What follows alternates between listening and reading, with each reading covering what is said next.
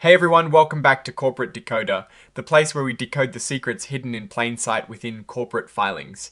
Today we're diving into eHealth Incorporated's latest report, and let's just say there is more than just numbers being shuffled around here. So strap in, you will not want to miss this. Before we get started, if you like getting these unfiltered insights directly from the source, make sure you are subscribed and join our Discord community linked in the description below. It is where the real conversation happens. Alright, so eHealth Incorporated, or EHTH, as you might see it on the stock market, has just filed a report that signals some significant shifts within the company's leadership. And frankly, it is like a boardroom reshuffle with an investment angle we need to unpack. The main story here is a change in direction, quite literally. Aaron Tolson, a director, has stepped down from the board and several important committees. He was originally put on the board as a representative of HIG, a private equity firm, following an investment agreement they had back in early 2021. Now, the report is very clear that Tolson's departure was due to any disagreements with the company, which is good to know, but it does mean that HIG is now making a change. And who is taking his place? Well, on the very same day, the 17th of September 2025, the board immediately appointed Todd Arden. Also, as a designee of HIG, this move fills the spot Tolson left vacant, and Arden will be serving as a Class I director until the company S 2028 shareholder meeting. Not only that, Arden is now jumping right into the thick of things, being appointed to the Compensation Committee, the Nominating Committee, and the Government and Regulatory Affairs Committee. This is a pretty significant vote of confidence and indicates HIG's intent to have a very active role. But wait, there is more. Just a day later, the board decided to expand its own ranks, growing from 9 directors to 10.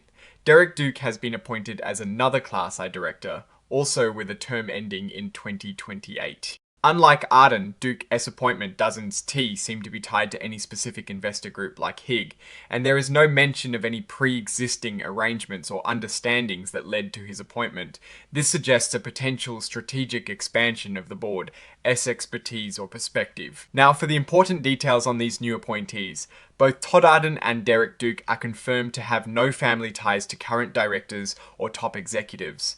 This is important because it means our filings don't need to point out any potential conflicts of interest stemming from family relationships. Let's talk about compensation, because that is where the real juice often is.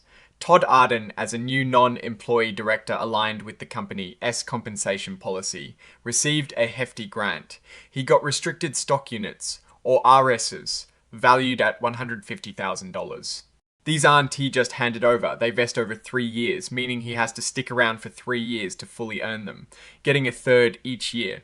This is a common way to ensure new directors are aligned with the company's long-term success. He'll also receive a pro-rated share of the annual cash payments, which include a base of $100,000 for being a director, and then smaller amounts for his committee work. And here is the kicker. HIG, the investment firm, is also paying Todd Arden. They've agreed to pay him $35,000 a month, but this payment is reduced by whatever the company itself pays him for that month. On top of that, he could get an additional $5,000 per Dalton Y in certain specific situations. This effectively means HIG is ensuring Arden is well compensated and incentivized to represent their interests while on eHealth. Board, it shows a very hands-on approach from the private equity firm. And wrapping things up, the report is signed off by Gavin G. Gallamy, Senior Vice President, General Counsel and Corporate Secretary, dated the 19th of September 2025. This signature just confirms the official filing of all these board changes and appointments. Now let's put on our investor hats and look at what this all means.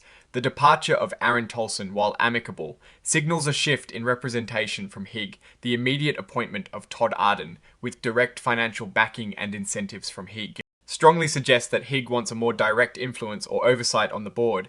This is unusual for private equity firms after a significant investment. They often want a seat at the table to ensure their investment is protected and grows. The addition of Derek Duke without apparent ties to specific investors could point to a strategy to broaden the board's perspectives, perhaps bringing in new skills or industry connections that they believe are crucial for future growth. The compensation structure for Arden, particularly the additional payments from HIG, signals a clear alignment of interests. It is essentially a way for HIG to ensure their representative is fully engaged and rewarded for driving the company in a direction that benefits HIG.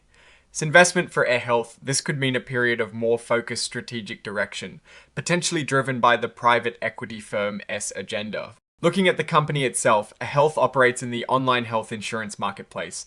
It is a competitive space where navigating regulations and consumer trust are paramount. Board changes like these can often precede or accompany strategic shifts, such as mergers, acquisitions, or a renewed focus on profitability. The question for investors is whether these changes will lead to a stronger, more profitable eHealth, or if the increased influence of HIG will prioritize short-term gains over long-term sustainable growth. The fact that they added a 10th director without a specific investor tie is interesting and could balance out the HIG influence, but only time will tell how that dynamic plays out. One key risk to watch is how the company's overall strategy might be influenced by these investor-driven board changes and whether that truly serves all shareholders. Alright, that is our breakdown of eHealth's latest board shuffle.